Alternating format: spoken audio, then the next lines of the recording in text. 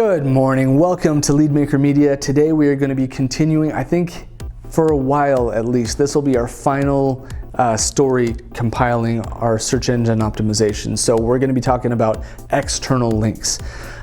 So go ahead and click on our stories and let's jump right in. We talked previously about your basic search engine optimization, what search engine optimization is, tools and tricks that you can do to get that rolling. If you have gotten your search engine optimization set up at least on your main pages, we have gone through deeper interconnectivity on your own website, connecting things, pages that are similar or connected to each other, and showing Google this one talks with this one. This is more information relevant to our potential customer. If they're interested in this, this is the information they need to know.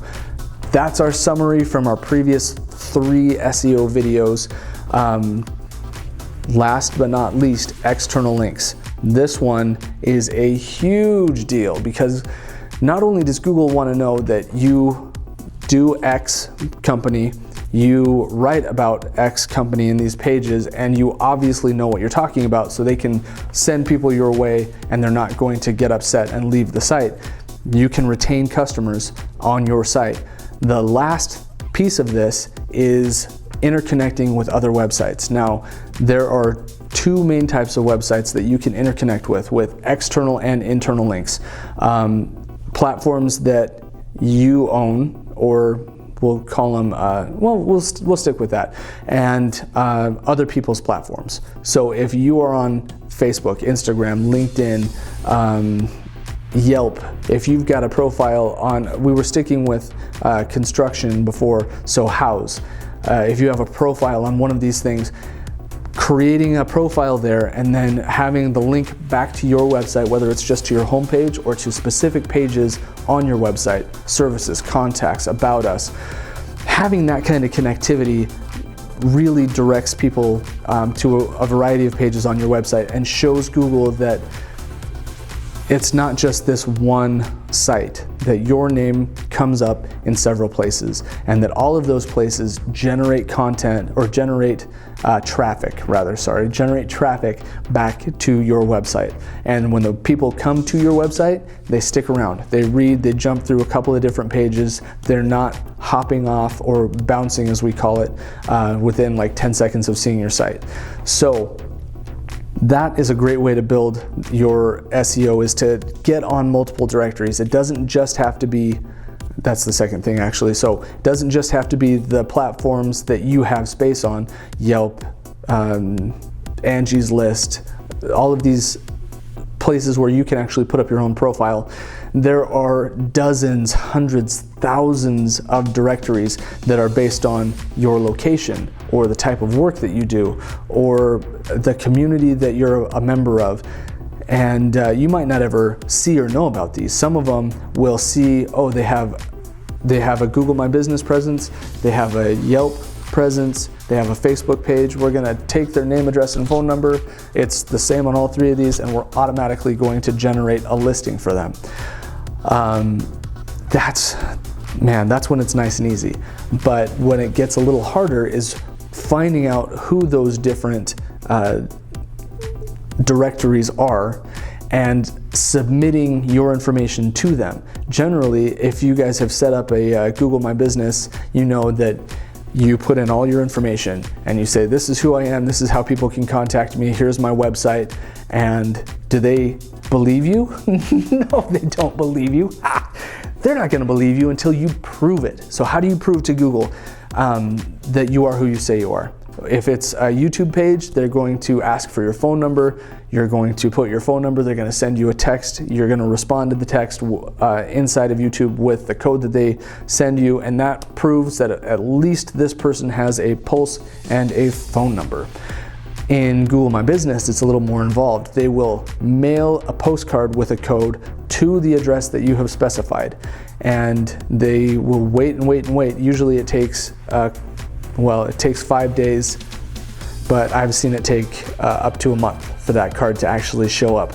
So they send you this card, you get the card, you type in the code, and it proves that you have a physical address that can receive mail, whether that's open to the public or just a hidden address. they know that you're legit. That's one more step of credibility.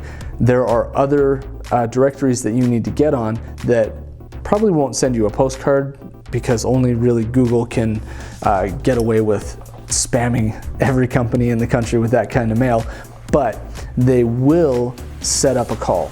And if you have an autoresponder set up on your phone, even Google Voice, where they call this number and it's going to go to a directory, push 1 for this, or push 2 for this, or to talk to an operator, push 0.